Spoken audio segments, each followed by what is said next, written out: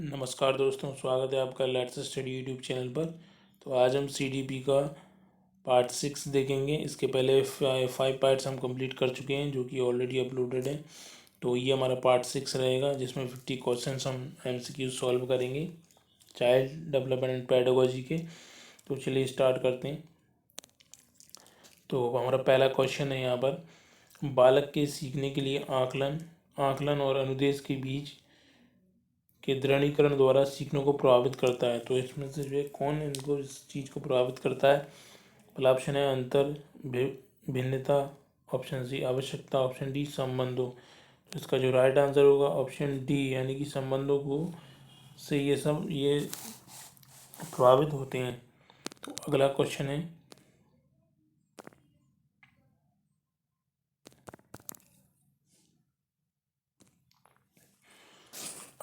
है, यदि छात्र अधिकांश कार्य स्वयं स्वयं के हाथों से करेगा तो यदि छात्र स्वयं के हाथों से कोई कार्य कर रहा है तो उसमें क्या परिवर्तन आएगा? तो पहला ऑप्शन है शारीरिक शक्ति बढ़ती है, ऑप्शन बी मानसिक शक्ति बढ़ती है, ऑप्शन सी परिश्रम करने की भावना जागृत होती है, ऑप्शन डी आत्मनिर्भरता पैदा होती है। तो इसका राइट आंसर होगा ऑप्शन डी।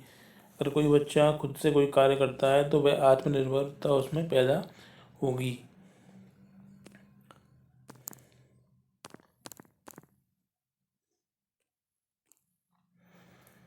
तो इसका राइट आंसर हो जाएगा ऑप्शन डी। अगला क्वेश्चन है, किसी लक्ष्य की प्राप्ति में बाधा डालती प्रतीत होती कठिनाइयों पर विजय पाने की प्रक्रिया। मतलब कि ये किसी लक्ष्य पर, यानी आपका कोई लक्ष्य है और उसमें अगर कोई बाधा आ रही है, उसको प्राप्त करने में कठिनाई आ रही है और उन कठिनाइयों को पार करने की जो प्रक्रिया है उसको हम क्या बोलेंगे? ऑप्शन ए अभिवृत्ति, ऑप्शन बी समस्या समाधान, ऑप्शन सी अभिप्रेरणा, ऑप्शन डी कल्पना। ये यहाँ पर कल्पना लिखा है तो ये कल्पना है यहाँ पर।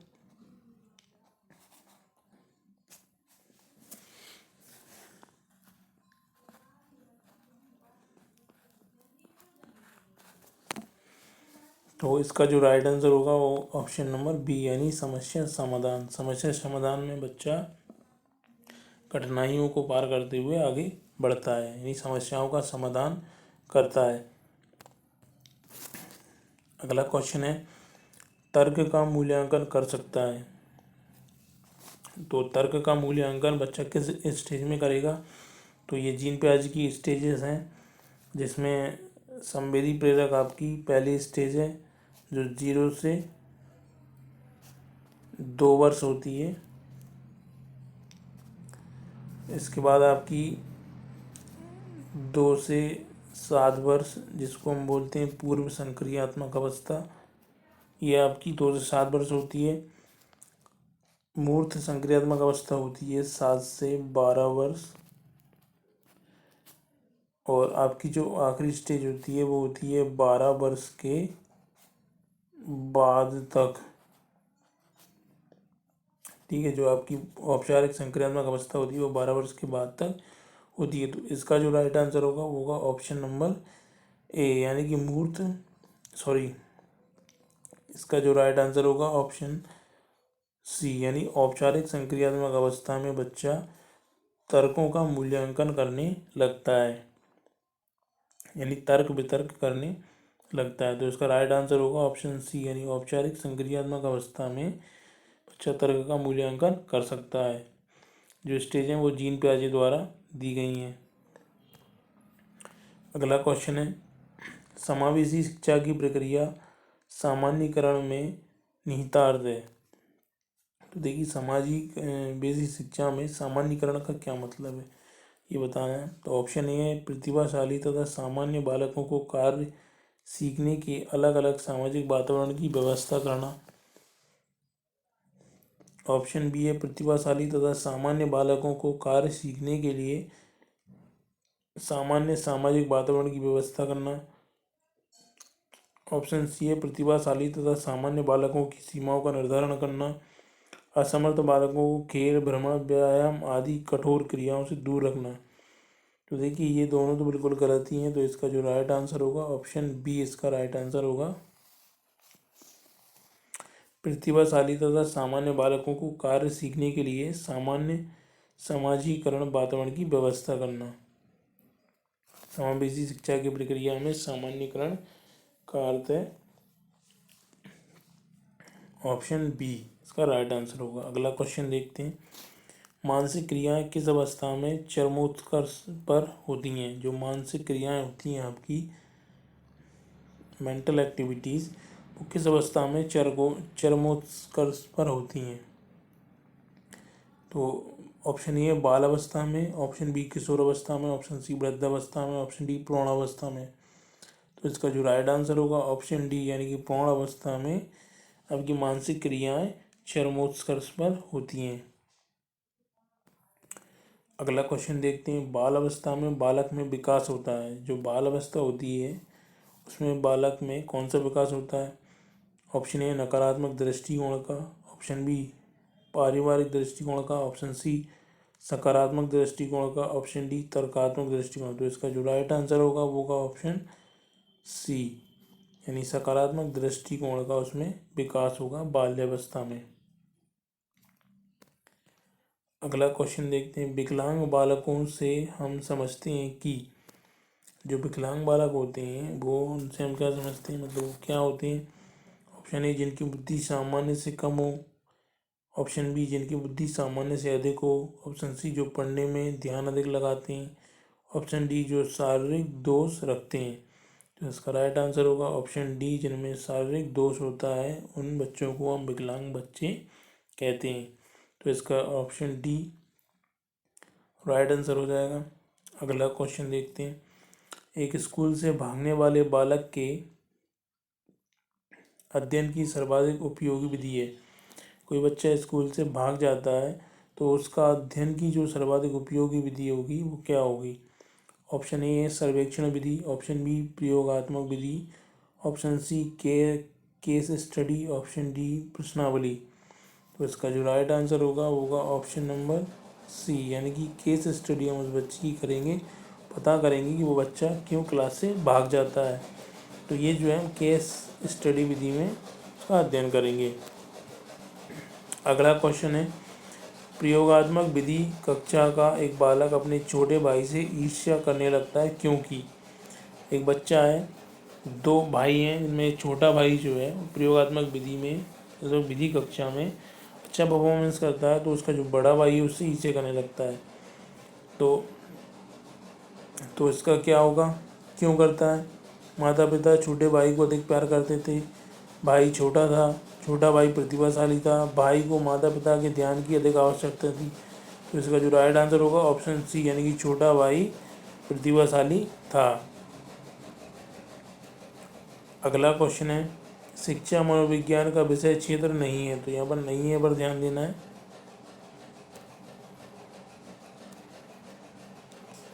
शिक्षा मनोविज्ञान का विषय क्षेत्र नहीं है। ऑप्शन ए खेलों का प्रशिक्षण, शैक्षिक मूल्यांकन, सीखने की प्रक्रिया, व्यक्तित्व का व्यवस्थापन। तो इसका जो राइट आंसर होगा वो होगा आपका शैक्षिक मूल्यांकन यानी कि शिक्षा मनोविज्ञान का जो विषय है शैक्षिक मूल्यांकन वो नहीं है। शैक्षिक मूल्यांकन शिक्षा मनोविज्ञान का विषय नहीं है। तो इसका राइट आंसर हो जाएगा ऑप्शन बी। अगला क्वेश्चन देखते हैं। शिशु के संवेग होते हैं, शिशु के संवेग होते हैं।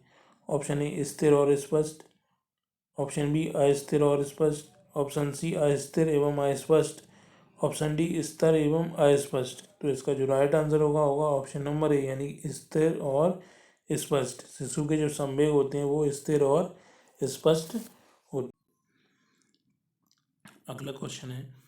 आपकी कक्षा का एक शिक्षार्थी 3 into 3 को 3+3 समझता है, वह किस प्रकार से पीड़ित है? तो देखिए यहाँ पर कोई स्टूडेंट 3 into 3 को 3+1 लिख रहा है तो इसका मतलब वह डिसकैलकुलिया से पीड़ित है। डिसकैलकुलिया क्या होता है? वह विद्यार्थी जो गणित में यानी कैलकुलेशन में वीक होते हैं, कमज़ोर होते हैं, वह डिसकैलकुलिया से पीड़ित होते हैं। अगला क्वेश्चन है, किस प्रकार के बालक में मौलिकता का गुण पाया जाता है? तो किस प्रकार के बालक में जो है मौलिकता का गुण यानी मॉरलिटी का गुण पाया जाता है? ऑप्शन ए सृजनशील बालक में, प्रतिभावान बालक में, पिछड़े बालक में, मंदबुद्धि बालक में। तो इसका जो राइट आंसर होगा ऑप्शन ए इसका राइट आंसर होगा। सृजनशील बालक में जो है मौलिकता का गुण पाया जाता है। अगला क्वेश्चन देखते हैं, अनुभव व प्रशिक्षण द्वारा व्यवहार में रूपांतरण ही अधिगम है, यह कथन किसका है? अनुभव व प्रशिक्षण द्वारा व्यवहार में रूपांतरण ही अधिगम है, यह कथन किसका बताना है? तो इसका ऑप्शन ए स्किनर का, ऑप्शन बी गेट्स व अन्य का, ऑप्शन सी कॉनबेक का, ऑप्शन डी चुडवर्थ का। तो ये चुडवर्थ नहीं है यहाँ पर, ये आपका वुडवर्थ है, गलत प्रिंट है, ये आपका वुडवर्थ होगा। तो इसका जो राइट आंसर होगा वो होगा ऑप्शन बी यानी गेट्स व अन्य ने ऐसा स्टेटमेंट दिया है कि अनुभव व प्रशिक्षण द्वारा व्यवहार में रूपांतरण ही अधिगम है। अगला क्वेश्चन है, परंपरागत शिक्षा केंद्रित शिक्षा प्रणाली में बच्चा सीखता नहीं है बल्कि उसे, जो परंपरागत शिक्षा केंद्रित शिक्षा प्रणाली है उसमें बच्चा सीखता नहीं है बल्कि उसे क्या होता है? ऑप्शन ए रटना पड़ता है, ऑप्शन बी लिखना पड़ता है, ऑप्शन सी परीक्षा देनी पड़ती है, ऑप्शन डी पुरस्कार प्राप्त करने पड़ते हैं। तो इसका जो राइट आंसर होगा ऑप्शन ए यानी रटना पड़ता है, यानी परंपरागत जो शिक्षा केंद्रित शिक्षा प्रणाली है उसमें उसको रटना पड़ता है। इसका राइट आंसर होगा ऑप्शन ए। अगला क्वेश्चन है, बच्चों को विभिन्न प्रकार के अनुभव प्राप्त होते हैं जब वे ऑप्शन ए स्वयं कार्य करते हैं, ऑप्शन बी बाहर घूमने जाते हैं, ऑप्शन सी परीक्षा देते हैं, ऑप्शन डी पुरस्कार प्राप्त करते हैं। तो इसका जो राइट आंसर होगा ऑप्शन ए, जब वे स्वयं कार्य करते हैं तो वह कुछ न कुछ अनुभव प्राप्त करते हैं। नेक्स्ट क्वेश्चन है, चरित्र एवं नैतिक मूल्यों के विकास को प्रभावित करने वाला प्रमुख तत्व है। चरित्र एवं नैतिक मूल्यों को प्रभावित करने वाला प्रमुख तत्व क्या है? तो इसका ऑप्शन ए है बुद्धि का प्रभाव, ऑप्शन बी विद्यालय का प्रभाव, माता पिता की आर्थिक स्थिति, पड़ोस का प्रभाव। तो इसका जो राइट आंसर होगा ऑप्शन बी इसका राइट आंसर होगा, यानी विद्यालय का जो प्रभाव है, यानी चरित्र एवं नैतिक मूल्यों पर विद्यालय का जो है प्रभाव प्रमुख प्रभाव है। विद्यालय का प्रभाव चरित्र एवं नैतिक मूल्यों के विकास को प्रभावित करने वाला प्रमुख प्रभाव है। अगला क्वेश्चन है, अभिप्रेरणा तकनीक के रूप में निंदा को प्रभावी ढंग से प्रयोग किया जा सकता है। अभिप्रेरणा तकनीक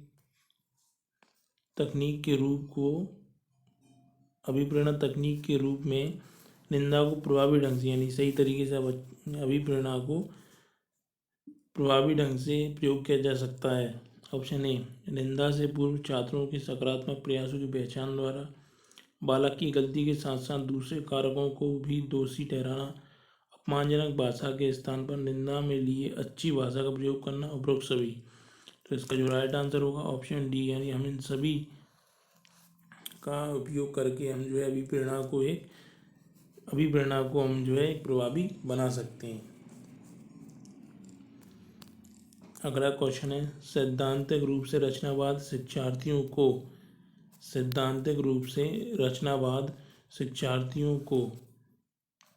ऑप्शन ए दुनिया के विषय में अपना दृष्टिकोण निर्मित करने पर बल देता है, ऑप्शन बी सूचनाओं को पुनः स्मरण द्वारा जांच करने पर बल देता है, ऑप्शन सी शिक्षक की महान भूमिका की जानकारी देता है, ऑप्शन डी विभिन्न व्यवहारों पर उसके द्वारा किए गए अनुकरण की भूमिका पर केंद्रित करता है। तो इसका जो राइट आंसर होगा ऑप्शन ए यानी कि दुनिया के विषय में अपना दृष्टिकोण निर्मित करने पर बल देता है। सैद्धांतिक रचनावाद शिक्षार्थियों को दुनिया के विषय में अपना दृष्टिकोण निर्मित करने पर बल देता है। तो इसका राइट आंसर होगा ऑप्शन ए। अगला क्वेश्चन देखते हैं, बुद्धि लब्धि और भाषा संबंधी योग्यता में घनिष्ठ संबंध होता है, यह विचार किसका है? बुद्धि लब्धि यानी IQ और भाषा संबंधी योग्यता में यानी लैंग्वेज एक्विजिशन में घनिष्ठ संबंध होता है, यह विचार किसका है? तो ऑप्शन ए लोवेज और मार्केल का, ऑप्शन बी स्पाइकर तथा इरविन का, ऑप्शन सी फिशर तथा यम्बा का, ऑप्शन डी टर्मन का। तो इसका जो राइट आंसर होगा वो होगा ऑप्शन बी यानी स्पाइकर तथा इरविन का। यह स्टेटमेंट है कि बुद्धि लब्धि और भाषा संबंधी योग्यता में घनिष्ठ संबंध होता है। अगला क्वेश्चन देखते हैं, निम्नलिखित में से क्या भाषा दोष नहीं है? निम्नलिखित में से कौन सा जो है भाषा दोष नहीं है बताना है। ध्वनि में अशुद्ध उच्चारण होना, ध्वनि का अत्यंत तीव्र होना, ध्वनि के प्रतिस्थापन का ना होना, ध्वनि में पुनरावृत्ति होना। तो इसका जो राइट आंसर होगा ऑप्शन सी।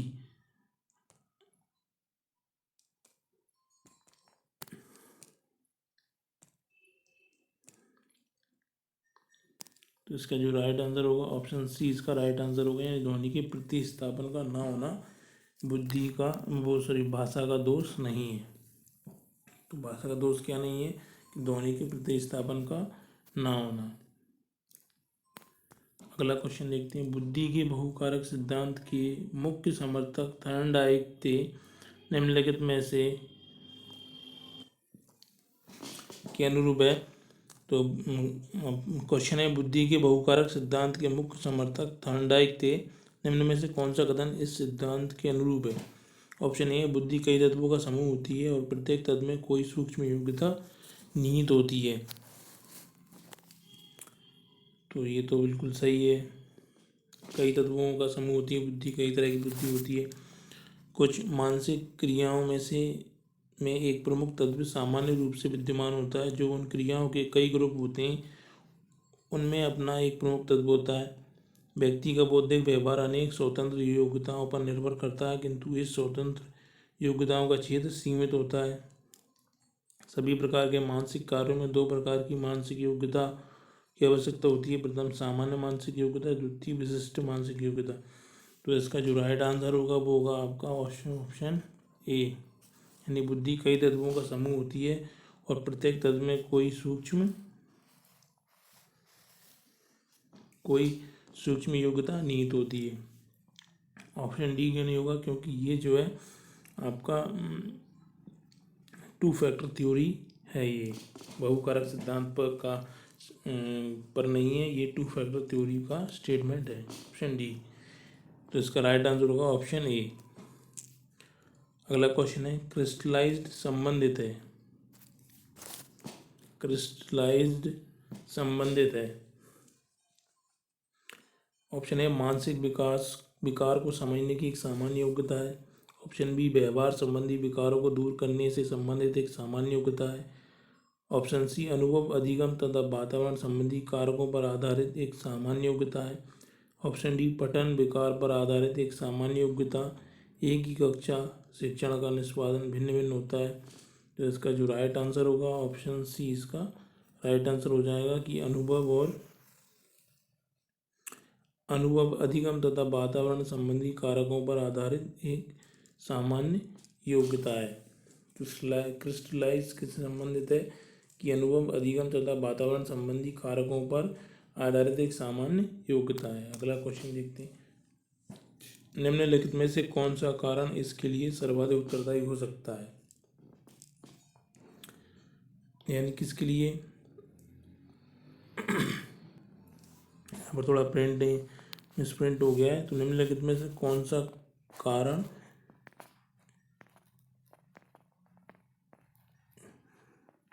विभिन्नता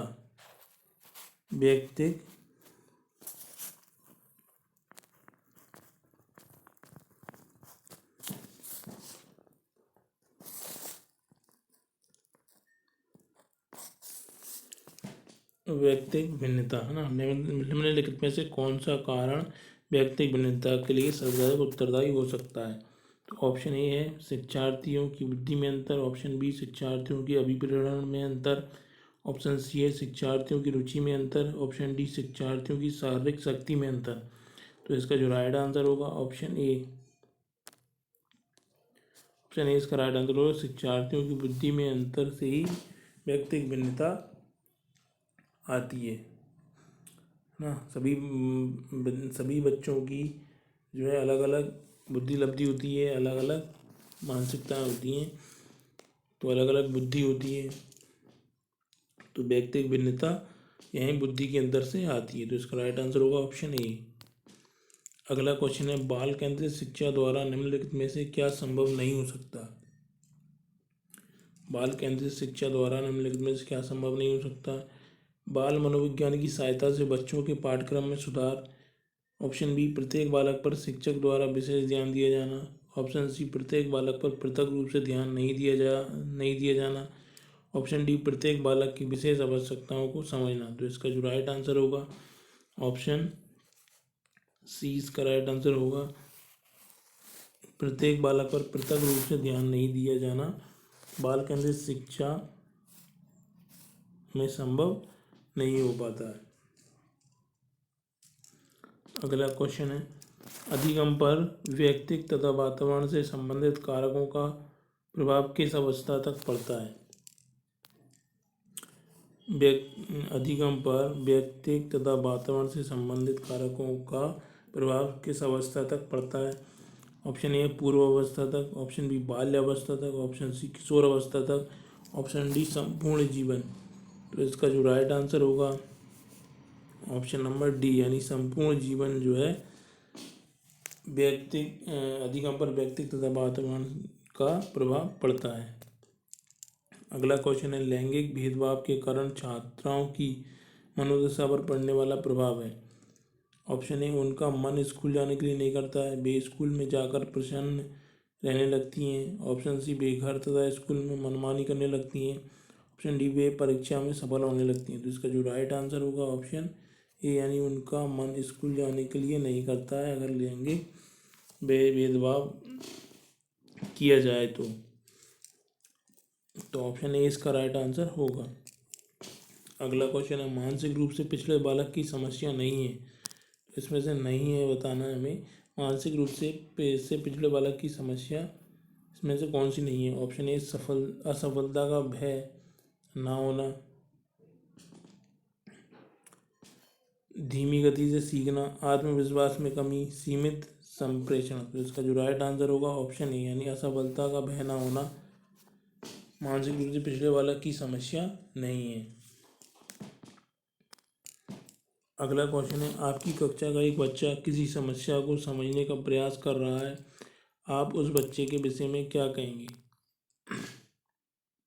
ऑप्शन ए, बच्चा सामान्य सोच वाला है। ऑप्शन बी, बच्चे की बुद्धि लब्धि 70 से कम है। बच्चे में वैज्ञानिक सोच का विकास हो रहा है।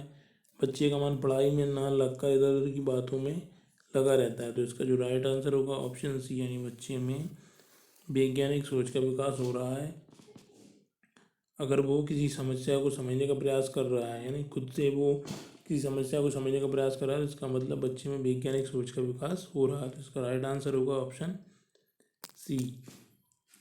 अगला क्वेश्चन है आपका, शिक्षार्थियों के मूल्यांकन के लिए सामान्यतः निबंधात्मक प्रश्नों का प्रयोग किया जाता है। इस प्रकार के प्रश्नों की सबसे बड़ी खामी क्या है। ऑप्शन ए, इन प्रश्नों में वस्तुनिष्ठता एवं विश्वसनीयता की कमी होती है।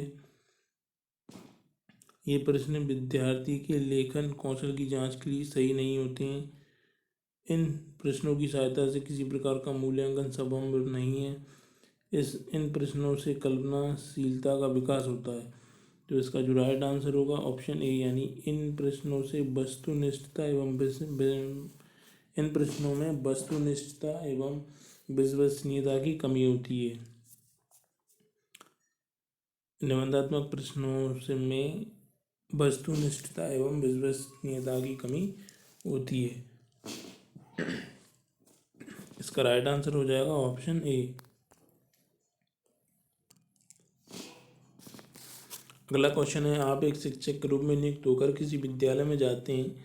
आप शिक्षार्थियों की क्षमताओं को समझने के लिए निम्नलिखित में से किस क्षेत्र का चुनाव करेंगे। ऑप्शन ए, सामाजिक दर्शन। ऑप्शन बी, मीडिया मनोविज्ञान। ऑप्शन सी, शिक्षा समाजशास्त्र। ऑप्शन डी, शिक्षा। तो इसका जो राइट आंसर होगा ऑप्शन डी, यानी शिक्षा। आप एक शिक्षक के रूप में नियुक्त होकर किसी विद्यालय में जाते हैं। आप शिक्षार्थियों की क्षमताओं को समझने के लिए किस क्षेत्र का चुनाव करेंगे, शिक्षा का चुनाव करेंगे। इसका राइट आंसर हो जाएगा ऑप्शन डी, शिक्षा। अगला क्वेश्चन है मनोविज्ञान सतत एवं व्यापक मूल्यांकन के बारे में निम्नलिखित में से कौन सा कथन असत्य है। असत्य कथन बताना है यहाँ पर। मनोविज्ञान सतत एवं व्यापक मूल्यांकन के बारे में निम्नलिखित में से कौन सा कथन असत्य है। सतत और व्यापक मूल्यांकन के सतत पहलू के अंतर्गत मूल्यांकन के सतत और आवधिक पहलू का ध्यान रखा जाता है। व्यापक संगठन में विद्यार्थियों के विकास के शैक्षिक और इसके अलावा सह शैक्षिक पहलू का निर्धारण शामिल है। ऑप्शन सी, इसमें शिक्षार्थियों की उपलब्धियों का मूल्यांकन अंकों के रूप में होता है। इसमें मूल्यांकन की बहुविध तकनीकों का उपयोग अनौपचारिक रूप से किया जाता है। इसका राइट आंसर होगा ऑप्शन सी, इसमें शिक्षार्थियों की उपलब्धि का मूल्यांकन अंकों के रूप में होता है।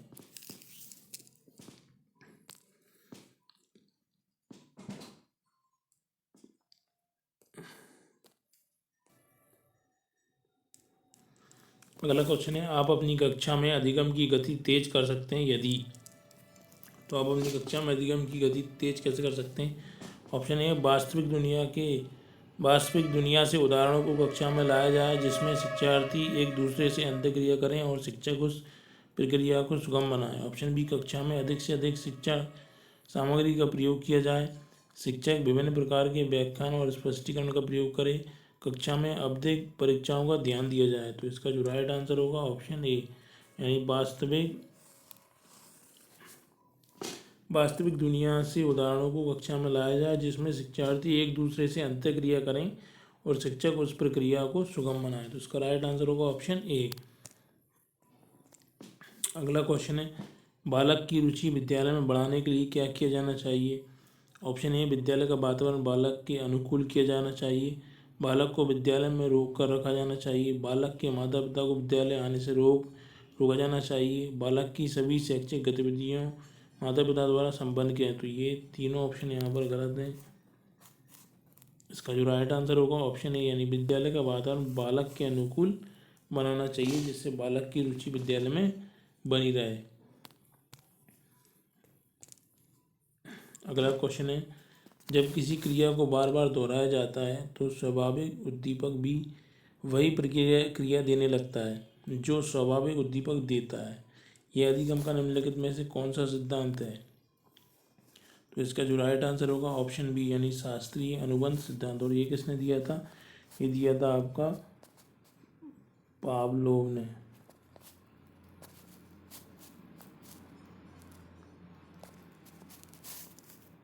दिया था आपका पावलोव ने। पावलोव एक मनोवैज्ञानिक थे जिन्होंने ये सिद्धांत दिया था शास्त्रीय अनुबंध, जिन्होंने कुत्ते पर इसका प्रयोग किया था घंटी बजाकर। और इन्होंने एक कुत्ते को क्या किया, जब इन्होंने कुत्ते को जब खाना दिया जाता था तो उसके पहले घंटी बजाई जाती थी। तो घंटी जो है की आवाज़ सुनकर जो है कुत्ते के मुंह में लार आ जाती है, क्योंकि कुत्ते को समझने लगता है वह जब इसी क्रिया को रिपीट किया जाता है तो कुत्ता ये समझने लगता है कि जब घंटी बजती है इसका मतलब खाना उसे मिलने वाला है। तो इस तरह उन्होंने जो है शास्त्रीय अनुबंध का सिद्धांत दिया। अगला क्वेश्चन है, आप अपनी कक्षा के शिक्षार्थियों को पूरी कक्षा में कहीं पर भी बैठने की अनुमति दे देते हैं। उनमें से कुछ छात्र समूह बनाकर पढ़ते हैं तथा कुछ छात्र चुपचाप बैठकर अपने आप पढ़ते हैं, परंतु आपकी कक्षा के कुछ शिक्षार्थियों के अभिभावकों को यह सब पसंद नहीं आता है। इस स्थिति में क्या तरीका बेहतर होगा। ऑप्शन ए, अभिभावकों को प्राचार्य से शिक्षक की शिकायत करनी चाहिए। अभिभावकों को शिक्षक पर विश्वास व्यक्त कर समस्या का चर्चा करनी चाहिए। अभिभावकों को उस विद्यालय से अपने बच्चों को निकाल लेना चाहिए। अभिभावकों को स्वयं कक्षा में जाकर पढ़ाना चाहिए। इसका जो राइट आंसर होगा ऑप्शन बी, यानी अभिभावकों को शिक्षक पर विश्वास व्यक्त कर समस्या पर चर्चा करनी चाहिए। अगला क्वेश्चन है, जब किसी किशोर में किसी वस्तु समस्या या परिस्थिति के लिए निजी स्तर पर निर्णय लेने की क्षमता का विकास परिपक्व होने लगता है तो इस विकास को कहते हैं। जब किसी किशोर में किसी बच्चे में किसी वस्तु, समस्या या परिस्थिति के लिए निजी स्तर पर निर्णय लेने की क्षमता का विकास परिपक्व मैच्योर होने लगता है। तो इस विकास को क्या कहते हैं? ऑप्शन ए परिपक्वता, ऑप्शन बी संज्ञानात्मक विकास, ऑप्शन सी आध्यात्मिक विकास, ऑप्शन डी इनमें से कोई नहीं। तो इसका जो राइट आंसर होगा वो होगा ऑप्शन बी यानी संज्ञानात्मक विकास, यानी उस बच्चे का संज्ञानात्मक विकास हो रहा है।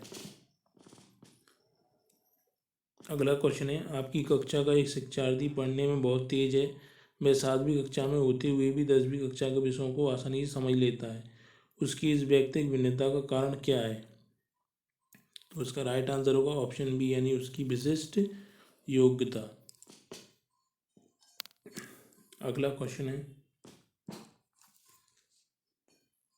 समाजीकरण की प्रक्रिया में किसी बच्चे के सामाजिक मूल्यों तथा सामाजिक प्रतिमानों को सीखने की संभावना निर्भर करती है। क्वेश्चन है, समाजीकरण की प्रक्रिया में किसी बच्चे के सामाजिक मूल्यों और सामाजिक प्रतिमानों को सीखने की संभावना निर्भर करती है।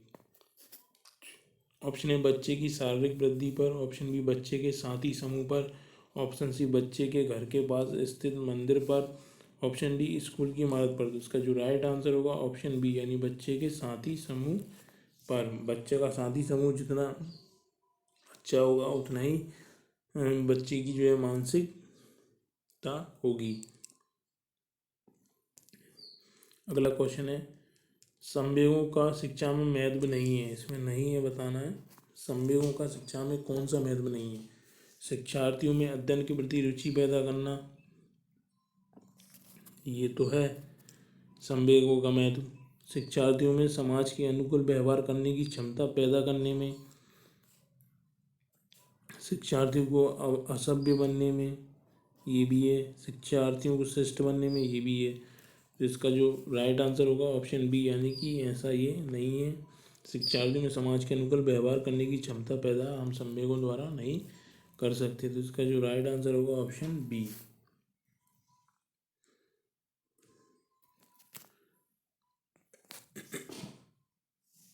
अगला क्वेश्चन है, शिक्षार्थियों में प्रेरणा का स्थान अत्यंत महत्वपूर्ण है क्योंकि इससे बालकों में व्यक्तिगत भिन्नताओं में कमी होती है, शारीरिक विकास होता है, अनुशासन की भावना का विकास होता है, सामाजिक गुण सीमित होते हैं। तो इसका जो राइट आंसर होगा ऑप्शन सी, से सीखने में प्रेरणा का स्थान अत्यंत महत्वपूर्ण है क्योंकि इससे बालकों में अनुशासन की भावना का विकास होता है। इसका option number C right answer होगा। अगला क्वेश्चन है, निचली कक्षाओं में शिक्षण की खेल पद्धति मूल रूप से आधारित है। ऑप्शन ए शारीरिक शिक्षा कार्यक्रमों के सिद्धांत पर, शिक्षण पद्धतियों के सिद्धांत पर, विकास एवं वृद्धि के मनोवैज्ञानिक सिद्धांतों पर, शिक्षण के समाज शास्त्रीय सिद्धांतों पर। तो इसका जो राइट आंसर होगा ऑप्शन सी यानी विकास एवं वृद्धि के मनोवैज्ञानिक सिद्धांतों पर खेल पद्धति मूल रूप से आधारित है। किस पर? विकास एवं वृद्धि के मनोवैज्ञानिक सिद्धांतों पर।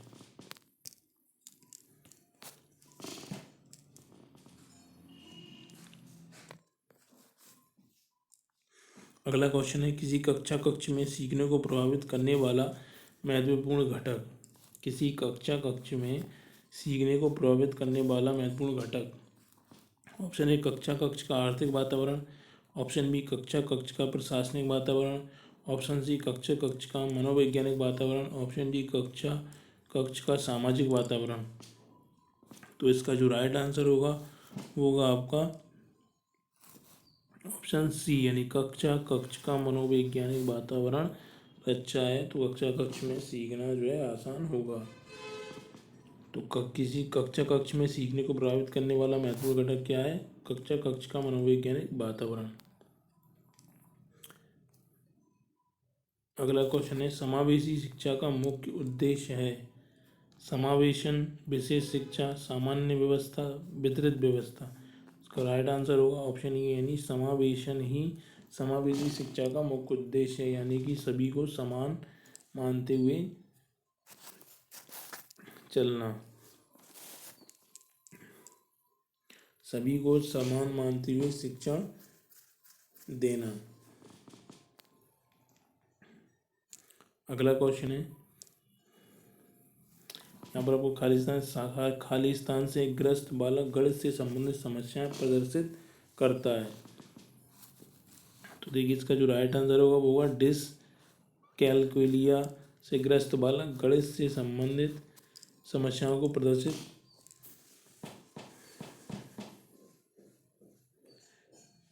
डिसकैलकुलिया से ग्रस्त बालक गणित से संबंधित समस्याएं प्रदर्शित करता है, यानी कि वह कैलकुलेशन में वीक होता है।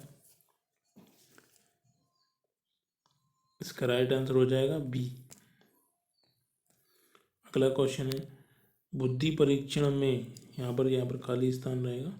बुद्धि परीक्षण है जिनमें अमूर्त चित्रों, निर्जीव पदार्थों, ज्योमेट्री चित्रों आदि का प्रयोग होता है। ठीक है ना। वह परीक्षण जिसमें वह बुद्धि परीक्षण, यहाँ पर खालिस्तान है तो खालिस्तान बुद्धि परीक्षण वे बुद्धि परीक्षण है जिनमें अमूर्त चित्रों, निर्जीव पदार्थों, ज्योमेट्री चित्रों आदि का प्रयोग होता है। इसका राइट आंसर होगा ऑप्शन सी, यानी अशाब्दिक बुद्धि परीक्षण वे बुद्धि परीक्षण है जिनमें अमूर्त चीज़ों, निर्जीव पदार्थों, ज्योमेट्री चित्रों आदि का प्रयोग होता है। तो इसका राइट आंसर होगा ऑप्शन सी। अगला क्वेश्चन है शिक्षार्थियों के आकलन का प्रयोजन नहीं है। शिक्षार्थियों के व्यक्तित्व के सभी पक्षों की जांच करना, शिक्षार्थियों के प्रगति को अभिलेखित करना, स्वयं आकलन के माध्यम से शिक्षार्थियों को अधिगम प्रक्रिया में शामिल करना, शिक्षक तथा शिक्षार्थियों के मध्य सहयोगात्मक कार्यकलाप के प्रयास को धीमा करना। तो इसका राइट आंसर हो जाएगा ऑप्शन डी, यानी ये जो है शिक्षार्थियों के आकलन का प्रयोजन नहीं है। यानी हम आकलन क्यों करते हैं,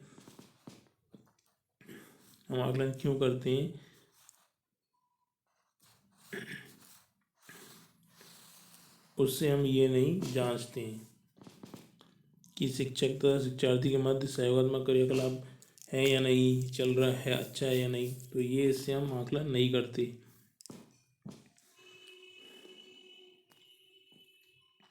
अगला क्वेश्चन है यदि सीखने वाले में सीखने की का अभाव होगा तो सीखना कठिन हो जाएगा। तो किस चीज़ का अगर अभाव होगा तो सीखना कठिन हो जाएगा? ऑप्शन है अभिप्रेरणा, तत्परता, अभिवृत्ति, ये सभी। तो इसका राइट आंसर होगा ऑप्शन डी, यानी इन सभी की अगर आप में अभाव है बच्चे में तो वह जो है सीखना उसको कठिन हो जाएगा। आज का लास्ट क्वेश्चन है खालिस्तान के फलस्वरूप बालकों में होने वाले विभिन्न प्रकार के परिवर्तनों को ना तो प्रत्यक्ष रूप से देखा जा सकता है और ना ही इसका मापन किया जा सकता है। हाँ, तो इसका जो राइट आंसर होगा वो होगा आपका ऑप्शन बी, यानी विकास के फलस्वरूप बालकों में होने वाले विभिन्न प्रकार के परिवर्तनों को ना तो प्रत्यक्ष रूप से देखा जा सकता है और ना ही इसका मापन किया जा सकता है। देखिए विकास में हम नहीं देख सकते, ये हम उसकी आयु यानी उसकी जो बच्चा जब बड़ा होता है तो हम उसको बढ़ते हुए नहीं देख सकते, यानी कि हम उसको देख तो सकते हैं लेकिन एज ए रियल टाइम हम उसको नहीं देख सकते कि वो कब बड़ा है। तो लेकिन वो उसकी जो एज है वो चलती जाती है और वह बढ़ता जाता है। तो हम जो विकास को जो है इससे जो परिवर्तन होते हैं इनको हम प्रत्यक्ष रूप से नहीं देख सकते। तो ये आज का लास्ट क्वेश्चन था। Thank you for watching. तो अगर वीडियो अगर अच्छा लगा हो तो प्लीज़ लाइक और सब्सक्राइब ज़रूर करें। Thank you so much.